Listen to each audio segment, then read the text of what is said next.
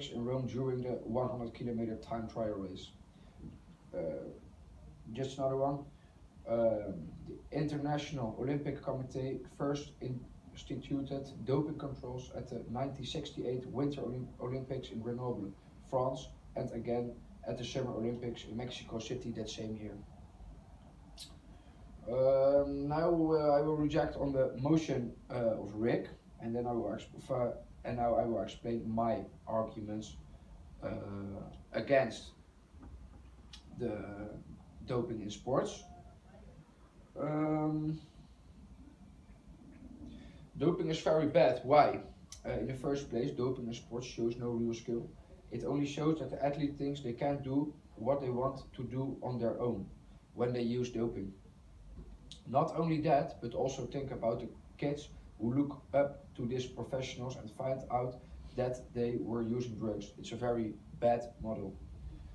Since the athletes using doping at the highest level, there are many problems, and the media will increase the doping of athletes.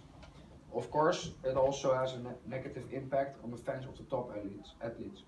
Their example, like the athlete is using drugs to perform optimally at the highest level. In my opinion, this is not good both for the sport and the athlete, because it is also very bad for the health. The impact of doping related on my argument is the impact of athletes on young fans is you. They will like to observe their example. Their example shows itself in a negative way to the outside world. This is for the fans and the game not good. It will like a negative effect on every sport. Doping should not be allowed.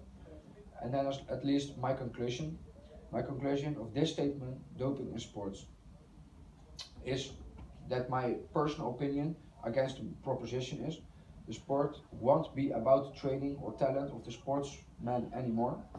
The main subject is now who has got the best doping available. That is not what sports should be about. Thank you. Okay, thank you, Bart. I reject your motion because you said that if you use doping, it shows no real skills, and you said that we have to give the kids a good example. First of all, the audience wants to see a good match. That's all. And they want to be entertained by the athletes, and that's the most important, I think. And for the kids, if we legalize the doping, they will never know if you can use it. So that's my argument against your motion. Like Rick and Michael said, doping should be allowed in sports. It will take the sports to a higher level. This means that the athletes will perform better. Because they perform better, the sports will be more exciting for the audience in the stadium and at home. And doping improves the recovery of the athletes, so it's not so bad at all.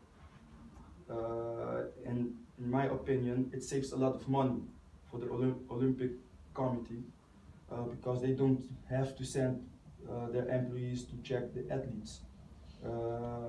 This means that they can save millions a year. So that was my motion. All right, Randy, I think you have a really good point there, but you forgot a very important fact. You said that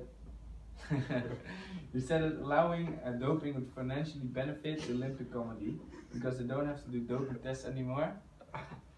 But you forget that the money that is used to spend for doping tests will then be used to control all athletes in the way they are using doping. So in the end, the Olympic Committee do not financially benefit from allowing doping because there will be other costs.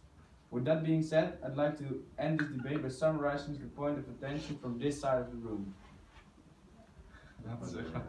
First of all, so claim that the use of doping should be prohibited because of